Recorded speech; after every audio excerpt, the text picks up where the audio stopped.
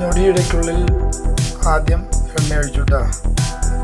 Okay, പെട്ടെന്ന് ഞാൻ കറി ഉണ്ടാക്കും. എനിക്ക് ഇതൊക്കെ വേഗം കഴിയും.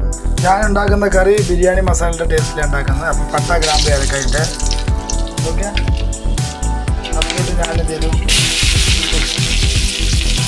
ഉള്ളി ഇഞ്ചി പച്ചമുളക് അരിഞ്ഞ് വെച്ചിട്ടുണ്ട്. ഓക്കെ, ഇളക്കി കൊടുക്കണേ.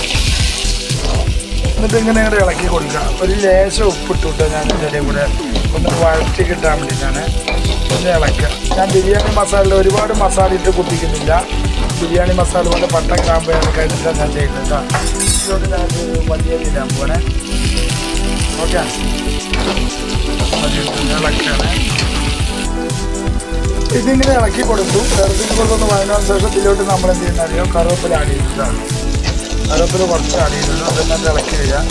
ഇളക്കി കഴിഞ്ഞ ശേഷം ഉണ്ടല്ല നമ്മളെന്ത് ചെയ്യണം, ആദ്യം മല്ലിപ്പൊടിയാണ് ഇടുന്നത്. മല്ലിപ്പൊടി അതിൻ്റെ കൂടെ ഞാനൊരു അര ടീസ്പൂൺ മുളക് പൊടി, ഇത് രണ്ടും കൂടി ഇട്ട് ഇളക്കിയ. മക്കളെ ഞാൻ കുറച്ച് മഞ്ഞൾപ്പൊടി ആഡ് ചെയ്ത് വിട്ടാൽ നിങ്ങൾ കണ്ടില്ല. ഇതിലോട്ട് ഞാൻ ഈ സാധനങ്ങൾ കൂട്ടാൻ പോകും. നന്നായിട്ട് പൊടിഞ്ഞ് വെച്ചാൽ ഇതൊന്ന് മിക്സ് ആക്കട്ടെ കേട്ടോ. അപ്പോൾ ഇത് നന്നായിട്ടൊന്ന് മിക്സ് ആക്കിയിട്ട് അതിലൊരു അല്പം വെള്ളം, ഒരു ലേശം, ഒരുപാടില്ല, ഒരു ലേശം.